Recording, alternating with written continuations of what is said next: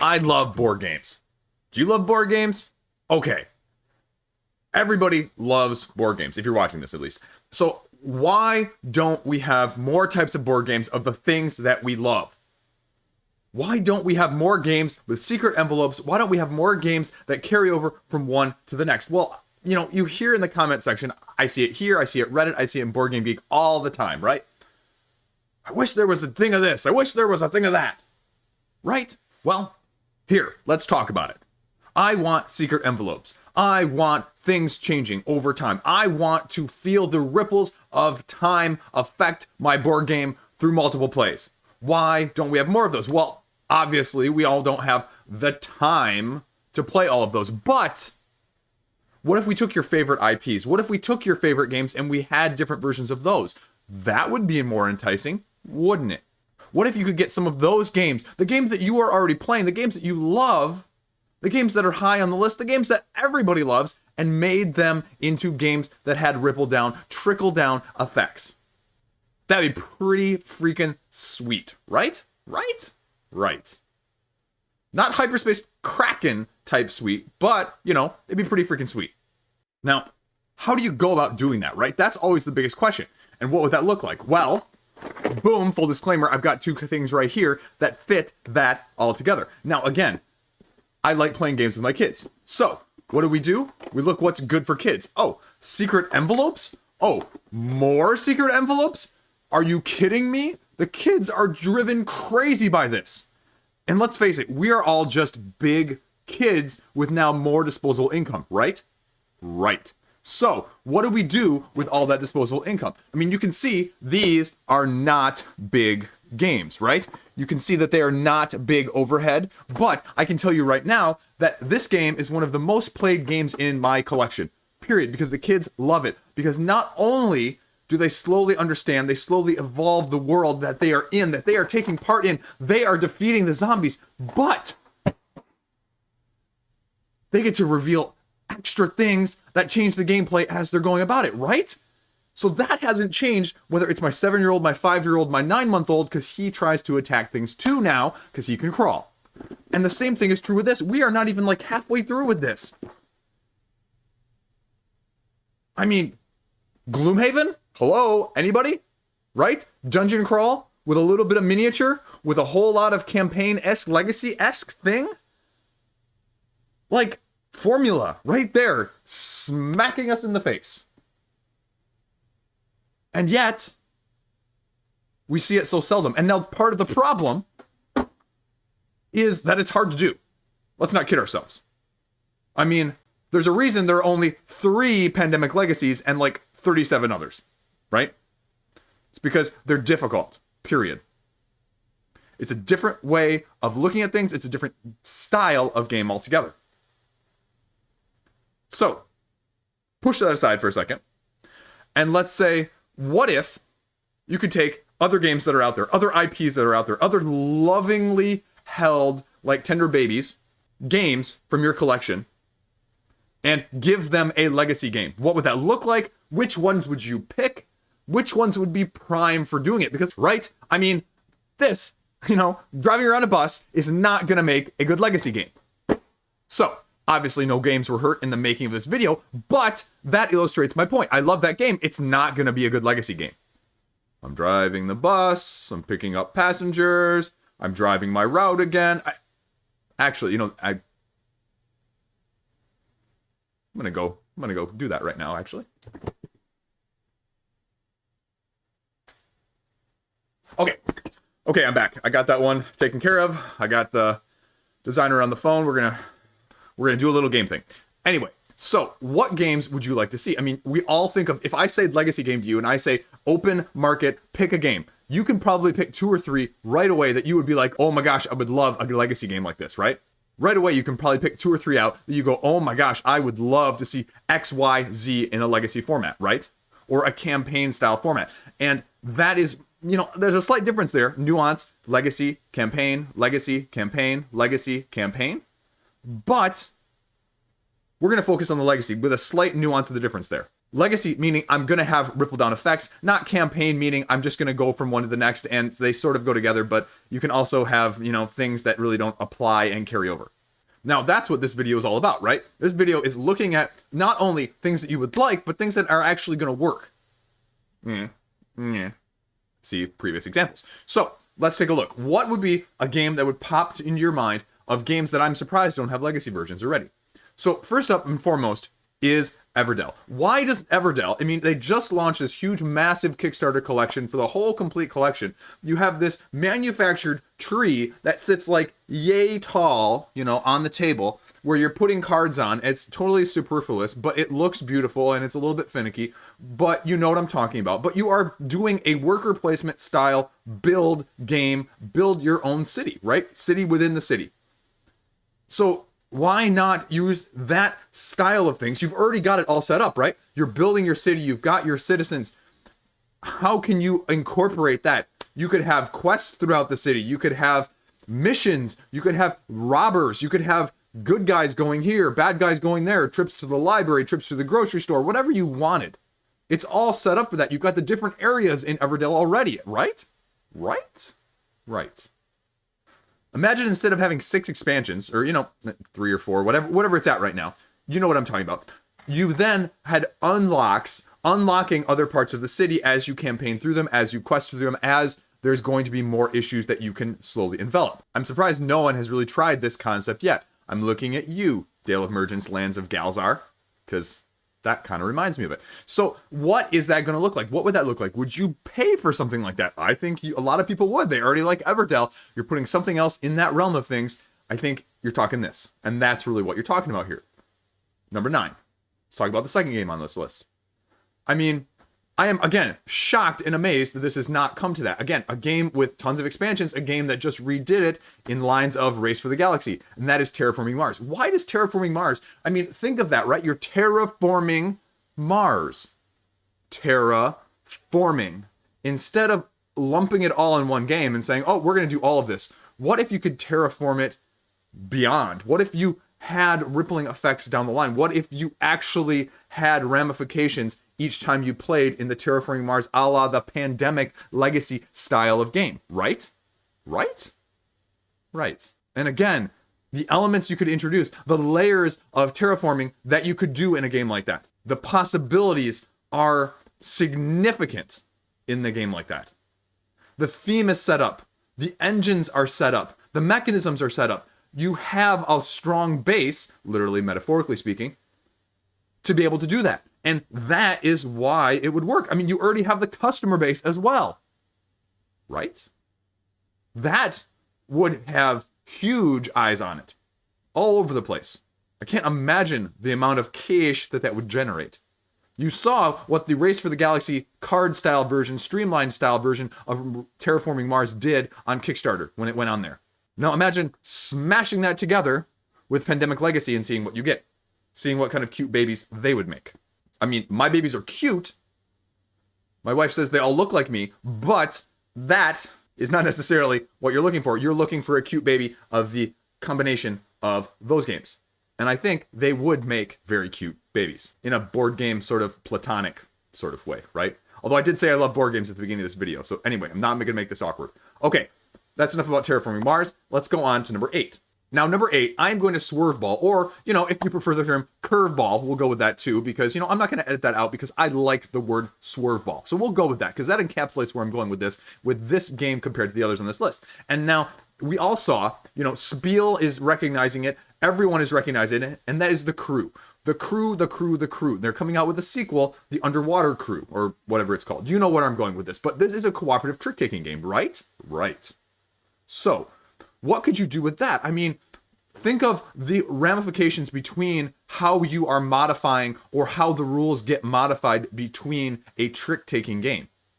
Because again, we're seeing all sorts of new smash-ups in terms of worker placement, deck building, area control. You're seeing all these different mechanisms that we have not normally seen go together all of a sudden. So why couldn't you make a trick-taking game into a legacy version game? Now, how are you going to do it? No, that's not the purpose of this video. I can't go into that. I'm not a designer. I don't have that creative style of brain. But imagine the possibilities. Like, you know, with the crew, like there's 50 different missions and there's 50 different sets of rules for those missions, and they do it with a very low overhead, a very low box, a very low price point. And again, you're not breaking the bank with the zombie kids or teens games with the evolution style. You know, you don't have to break the bank either to make a legacy style game in that sense, because the game could still be almost the same size as the crew is right now. It could be slightly more because, okay, there's more elements, but you're not talking about $50, $60, $70, $80 for a game like that. And that, again, how easy is that to get to the table? Because that is what you're going for in the whole point in this game in the first place. And I can find myself playing the crew. You play that 3, 4, 5, 6 times in a row. Tricks, rounds, that sort of thing. It's the same thing with Zombicide Kids, Zombicide Teens Evolution. You know, that's why it's the most played game, or one of the most played games in my collection. Because when I play it with the kids, there is always this extrinsic and intrinsic motivation to play more, to play it multiple times, to get to the next envelope, to get to the next clue, to get to the next thing. And that's what this could do as well for something like this. And the crew is already doing it. Like I said, this is just adding icing on top of the cake with the pie already baked in the middle. You know? It's just that much excess good. That actually sounds horrible, but you get the point that I'm trying to illustrate again. Speaking of space, we have seen and we have experienced this in so many iterations, so many variations, so many non-impactful resonations within the board game community. Why do we not have a Star Wars Legacy version? We now have 9 films. We now have things that we can span. We have plenty of games that are both in the continuity. We have plenty of source material that is thought of to be outside of canon. Why have we not adapted that like it did on the video game scene, where you can play through a campaign, play through a legacy, where the choices matter? Knights of the Old Republic? Anyone? Why don't we have that in the tabletop form? Now, obviously, you know, there's plenty of mythos to go off of because that is set thousands of years way before.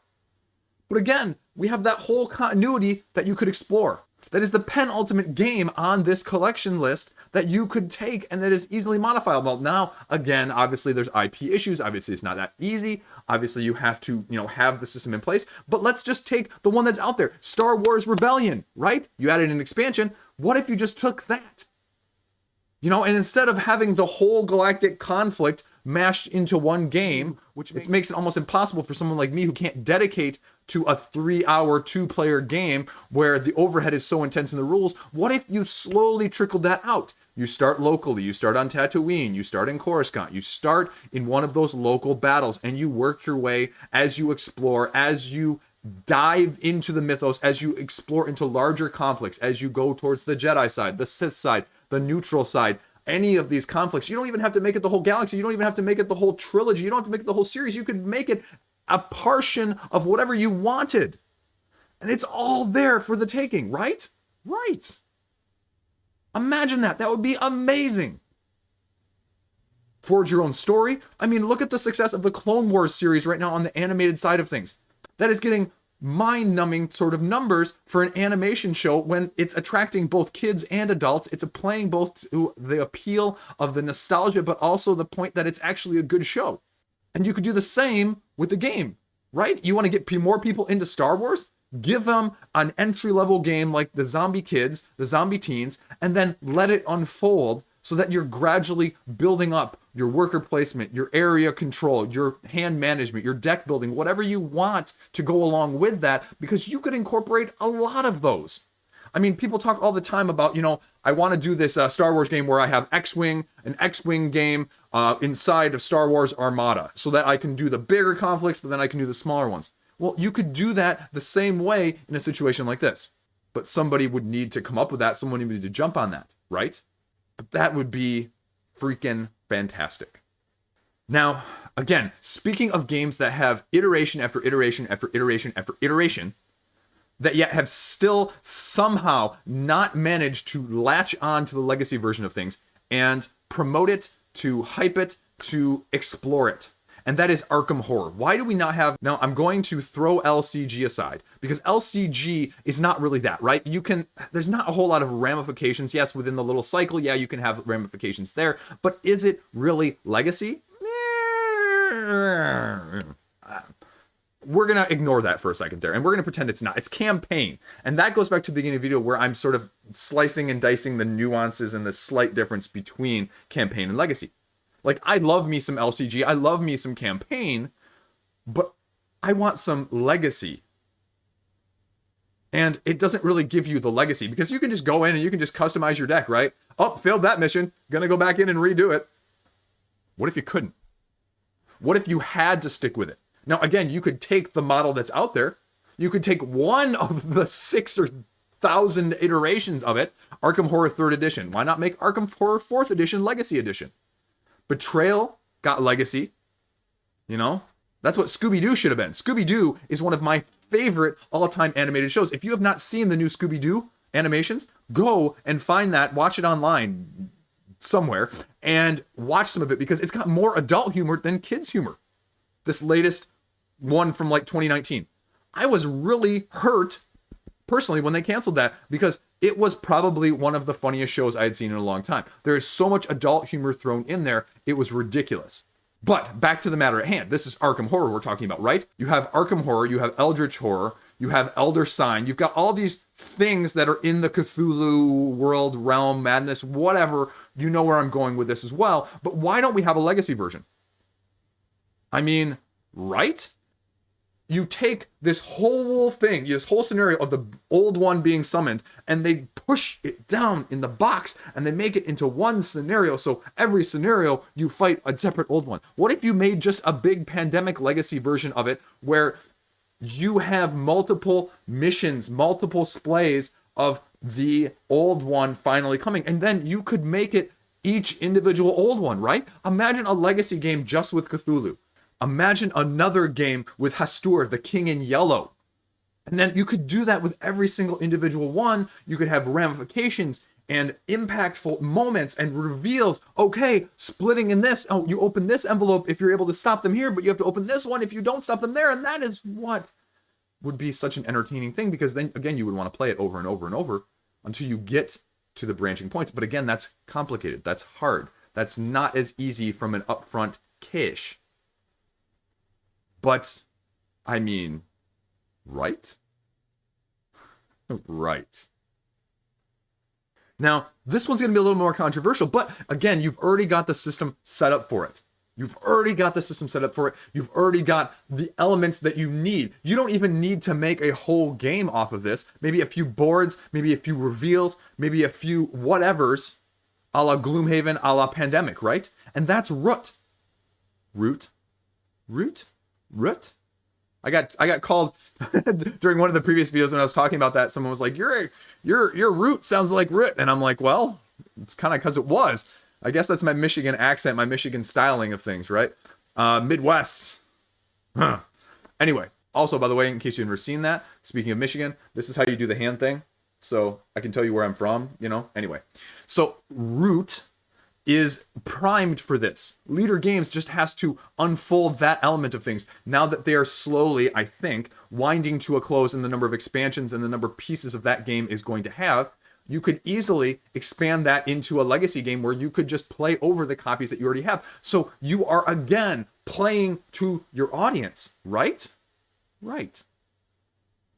The people that have all the root stuff, watching how I'm saying it now, that already have all of the stuff that is necessary, you could make it so that you could have people with just the base game. You could have it so people that have some of the expansions can incorporate those different things in different ways. I mean, it is, again, the system is there. The map, the organization is there. You could have the AI that's already there. All of that stuff is already developed, and you could just modify it. Well, just modify it is probably a little bit of an overstatement, but you know, again, what I'm saying there. And for all you root aficionados, wouldn't that be freaking fantastic? That would be amazing. And I say that as someone who is not the biggest fan of the game, who still has yet to get the game to the table from the latest Kickstarter, and has the base game sitting upstairs in a box that I traded for a couple months ago, and I've been scared to open it. And I think I'm going to actually buy the digital version first so I can learn it, so then I can try and teach my wife or my other game group, because I don't think I'm that good of a teacher, and I think it's a little bit harder than other things that I've tried to teach in the past. But that's me. For all of you guys that already know how to play it, can you imagine doing that then? Again, it'd be super easy. But again, doing it is the hard part in the first place. We're going to stay on the woodland nature side of things with number 4. Number 4, this is probably one of my favorite games all time. And not because I've played it so much, but because I know the potential and I know my own feelings on this thing. You know me, I like what I like, and you guys know me at this point. I like hard co-ops, and this list would not be complete if I didn't mention Spirit Island. Can you imagine a legacy version of Spirit Island? I mean, you could make the map much bigger. You could play in portions of the map. You know how the map is already upgradable, interlockable, and rearrangeable? Well, imagine you have like a bunch more of those. And imagine that you're playing on one side of the island, or you're playing on another side of the island, or you're island hopping.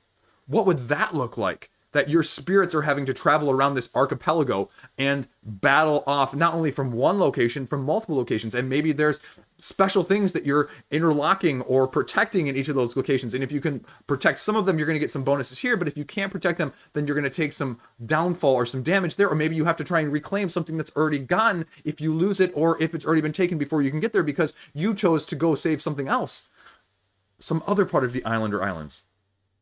And the powers. I mean, we already know that the power decks that you're drawing from, the major and the minor, are amazing, and they're so different and they're so unique. But what if you could sort of have a skill tree that went along with Spirit Island of skills that you could potentially unlock, or special skills that you could unlock depending on who you're with or what other spirits you're with? Combinations there. Doesn't that sound amazing? That sounds freaking awesome. But that is why that's on the list, because it just boggles my mind. The mere thought of that. Just take my money already. But that's why it's number 4 on the list. Now you're going, okay, because what could possibly be bigger than Spirit Island Legacy version? And that is, let's go back to the fantasy side of things. And that is where this list is really going to top off, because again, they are properties that are known and that are working for something like this in the first place. Spirit Island is sort of a very outside of the box, but very applicable. Now, Marvel, why don't we have Marvel, right? Marvel United, I'm a big fan. Marvel Legendary, big fan. Games that are easy to get to the table that you can play over and over again with replayability. Now, what if you did the opposite? What if you were allowed to create your own hero? What if they just said, here, you can create your own generic hero and you can evolve them, you can upgrade them, you can create them in every sense of the word. You can choose a Marvel team to join. There are going to be actions, there are going to be consequences, there are going to be bad guys that you're going to avoid, there are going to be bad guys that you're going to go fight, the ramifications of fighting those bad guys, winning versus losing, how that interacts. I mean, you could even let's just take one hero, for example. You could take one set of heroes. You could just take the Avengers, you could just take the X-Men, you could just take Spider-Man and a couple of his allies. Anything like that. I mean, imagine Spider-Man campaign, okay, well, you defeated a couple of these guys. Oh, but now, because you defeated them, these other guys are part of the Sinister Six instead of the original Sinister Six that you're familiar with. Or, Brotherhood of Mutants, or the Hellfire Club with X-Men. You could do that side of things. And it doesn't have to be miniature-based. Let me be clear about this. I'm pointing out that, but you could do card-based, deck-driven, that sort of thing as well. A deck-building game like that would be sweet. And you could incorporate even the individual heroes so that maybe you only have a couple cards for each hero. Whatever it looks like, I'm just spitballing, throwing ideas out there. But you can see, again, the opportunities are ripe for the picking. The IP might not be, but that's why this list is a dream list at the same time. Now, if you've already cheated, I can already see you nodding your head, knowing where number 2 and number 1 go if you cheated and looked in the description of the video below. And that is, number 2 is going to be Battlestar Galactica. And FFG has some rumors. There's going to be stuff out. They're doing something with maybe the rumors of Battlestar Galactica, maybe with an Arkham Horror theme of deduction or, trader mechanics, something like that. They've put some teasers out there, June 10, and we don't know what it's going to be. I'm sure it will be something fantastic. But what if you could have a Battlestar Galactica game? Now, again, Battlestar Galactica, the problem besides being completely out of print and difficult to get in the first place, and the time frame in 3 to 4 hours, I don't have 3 to 4 hours to play, right? I would love to play Battlestar Galactica, but if you have 3 to 4 hours to play, you have 5 to 7 or whatever the player count is to be able to play it, you need to have everyone knowing the rules, everyone has to know the dynamics, you have to have a meta established. All of that stuff takes a lot of time, it takes a lot of effort, it takes a lot of overhead, and then, that's why the game has not been played as frequently as it probably should be, and probably as it was due diligence worth. But what if you could distill that into 1 or 1.5 hour sessions, and instead of doing the whole Battlestar Galactica, right, seasons upon seasons upon seasons of the game, mushed into one, what if you could do the journey? I mean, that is what Battlestar Galactica is, right? As the show, as the series, right? It is the consequences of the actions as they are traveling, trying to get to the new Earth, trying to find out, trying to discover, trying to figure out who's the traitor. What if you could do that? Now, obviously, that one would be a little harder because you've had players playing as Cylons. You would have to have some continuity there. So obviously, you'd have to either have a mechanic to take over the Cylon player if they are not playing, but also not spoil it, but also, you know, do you really want an AI to play a Cylon the whole time? Wouldn't it be amazing if you could be a Cylon integrated throughout? What if you could be a Cylon open and be competing against them as a legacy version? You on this side, they on that side, and you went head to head in a 2-player legacy version or a 4-player legacy version where you could do teams. Cylons versus humans. You know, plotting, maneuvering, deciding, having to react to the battles and go forward in terms of how you're trying to slip spies in there or how you're trying to find them out or whatever it would be. You know Battlestar Galactica, right? It's frackin' cool. But wouldn't also something like that be even more frackin' cool? Yeah, it would. What would be more frackin' cool than Battlestar Galactica, and why would it take the #1 slot on this video? Well, that is Game of Thrones. Say what you will about the ending. You know, I am still waiting for the next book to come out. George R. R. Martin, I'm looking at you. Oh my gosh, that book is never going to come out. I am convinced. I would put the over-under on that book coming out on like 2030. So you can take prop bets and place them in the comment section below about that, whether or not you think it's over or under 2030. But that aside, or whether or not it's going to come out before the 3rd book in the Name of the Wind series by Patrick Rothfuss. Joking aside, let's talk about Game of Thrones, right? The Game of the Thrones LCG is out there. Okay, great. The Game of Thrones board game is out there, right? The Game of Thrones A Song of Fire and Ice, you know, miniatures, skirmish game is out there. Nah. What if you made the Game of Thrones, again, this huge, massive game where each person has to know their individual house, and they have to be able to know what their strengths and weaknesses are and how it's going to interact and how the map plays. What if you just, you know, didn't distill that again down into one game? What if you distilled that to decades or years like the books do? I mean, it's not all smushed together. That's the problem with all of these games, right? They're trying to condense a whole series or a whole situation into one gameplay situation, and it leads to a lot of trouble. But what if you could choose a house or two, have those houses evolve, have those houses grow, have those options for how you want those houses to evolve or grow? Do you stick with a lot of the things that they're known for? You know, do you stick with where they're at? How quickly do you expand out? What does the map look like then? I mean, we've seen what it happens when you have all of the map of the Game of Thrones and the Mother of Dragons expansion and all of that. What if you just could distill that into multiple game sessions of how you're going to be interacting? If you could have a person be the people on the wall, the free people, the various houses, someone being the Targaryens, and how those would sort of interact with each other. Who discovers magic first? Who doesn't? Who doesn't believe in it? Who goes sword and shield strong and just tries to slay other people? When do you attack? How do you attack? What does that attack look like? How do you integrate other houses when you capture them or take them over? It is just ripe for that side of things as well. So there you go. That is my list of 10 games that I think would be amazing in a legacy version. Now, that is some of the bigger names. That is some of the more popular stuff. There's plenty of stuff out there. I mean, I'm probably going to have to do a follow-up video because there's just so much out there that would be amazing. But those are my thoughts. Obviously, there's a ton of stuff I skipped over. There's a ton of stuff I missed. There's a ton of obvious things that you could throw on this list and no one would be wrong either. Let me know what you think. What would you like to see as a legacy version? You know, IPs aside. Games that are out there already? Or, you know, things that don't have games in the first place. Because there's a lot of those too. And there's a lot ripe for the picking. So, there you go. As always, thanks for watching. Thanks for putting up with me. Hope you liked it. If you did. But, either way, see you around. Stay classy.